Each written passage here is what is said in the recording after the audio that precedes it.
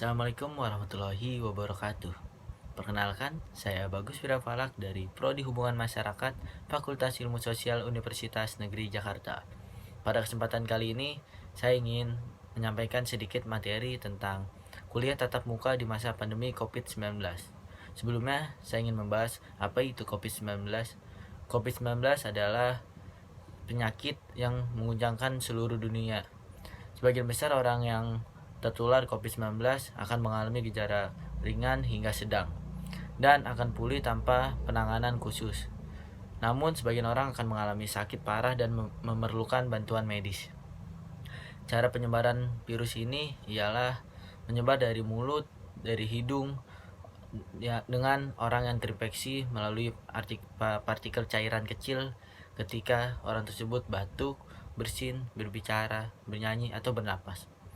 Partikel ini dapat berupa droplet yang lebih besar dari saluran pernapasan hingga aerosol yang lebih kecil. Anda dapat tertular saat menghirup udara yang mengandung virus jika berada di dekat orang yang sudah terinfeksi COVID-19. Anda juga dapat tertular jika menyentuh mata, hidung, atau mulut setelah menyentuh permukaan benda yang terkontaminasi. Virus lebih mudah menyebar di dalam ruangan dan di tempat ramai. Pentingnya kita bertahan dari COVID-19 yaitu supaya kita bisa hidup di kehidupan normal, maka dibutuhkan sistem pertahanan tubuh baik bawaan lahir dan adaptif. Sistem imun ini selalu bekerja sama dengan pertahanan terhadap serangan benda asing.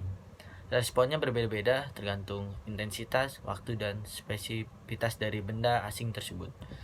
Bagaimana cara kita menjalankan kuliah tatap muka di saat pandemi COVID-19?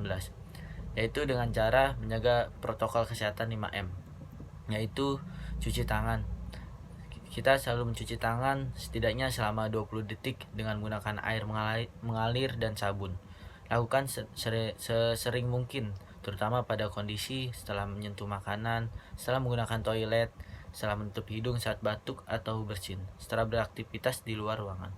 Jika tidak ada air, maka kamu bisa menggunakan hand sanitizer yang sekarang sedang dibawa kemana-mana untuk kita berpergian.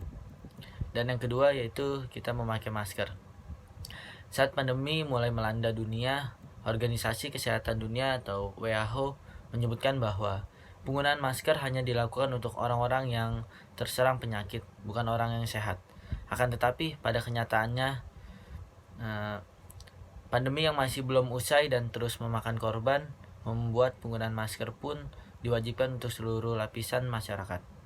Bahkan di beberapa negara, Amerika Serikat misalnya, pusat kesehatan setempat mewajibkan masyarakatnya untuk menggunakan masker di saat di luar rumah. Misalnya, ada anggota keluarga yang terserang COVID-19, ada anggota keluarga yang berisiko terpapar virus corona karena beraktivitas di luar rumah. Dan yang ketiga yaitu menjaga jarak. Protokol kesehatan 5M selanjutnya adalah menjaga jarak saat sedang beraktivitas di luar ruangan. Adanya aturan ini juga berdasarkan pada keputusan Kementerian Kesehatan Republik Indonesia dalam protokol kesehatan bagi masyarakat di tempat dan di fasilitas umum dalam rangka pencegahan dan pengendalian COVID-19. Aturan tersebut menyebutkan setiap orang wajib menjaga jarak setidaknya sejauh 1 meter dengan orang lain guna mencegah paparan droplet dari orang yang batuk, bersin, atau bicara. Namun sebaiknya hindari kerumunan, tempat ramai, dan berdesakan. Apabila tidak mungkin menjaga jarak, bisa dibuat rekayasa untuk menghindari risiko paparan. Rekayasa dalam bentuk administrasi bisa berupa membatasi jumlah orang dalam ruangan atau mengatur ulang jadwal. Sementara itu, rekayasa dalam bentuk teknis bisa dilakukan dengan cara membentuk batas atau partisi di ruangan atau mengatur jalur masuk dan keluar di suatu tempat. Lalu yang keempat yaitu menjauhi kerumunan. Selain 3 hal di atas, menjauhi kerumunan juga merupakan protokol kesehatan yang harus kita lakukan. Menurut Kementerian Republik Indonesia atau Kemenkes, masyarakat diminta untuk menjauhi kerumunan saat berada di luar rumah. Ingat, semakin banyak dan sering kamu bertemu orang, maka kemungkinan terinfeksi virus corona pun semakin tinggi. Oleh sebab itu, hindari tempat keramaian, terutama bila sedang sakit atau berusia di atas 60 tahun atau lansia. Menurut riset, lansia dan pengidap penyakit kronis memiliki risiko yang lebih tinggi terserang virus corona. Dan yang terakhir, yaitu mengurangi mobilitas. Virus penyebab corona bisa berada di mana saja. Jadi, semakin banyak waktu yang kamu habiskan di luar rumah, maka semakin tinggi pula resiko tubuh terpapar virus jahat ini. Oleh karena itu, bila tidak ada keperluan yang mendesak, tetaplah berada di rumah. Jadi, jika kalian sudah melaksanakan kuliah tatap muka di saat pandemi, kalian bisa langsung pulang ke rumahnya masing-masing untuk mengurangi angka status COVID-19 yang sedang tinggi ini. Di saat kuliah offline, kita juga dapat kelebihannya, yaitu pembelajaran yang lebih efektif serta lebih mudah bagi kita untuk menyerap materi-materi yang disampaikan oleh dosen, dan jadi kita semakin mudah untuk menerapkan apa yang dibicarakan oleh dosen.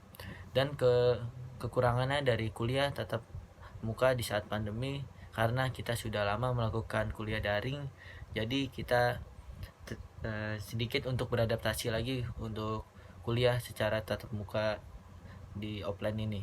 Jadi kita perlu adaptasi. Itu saja yang dapat saya sampaikan. Kurang lebihnya mohon maaf.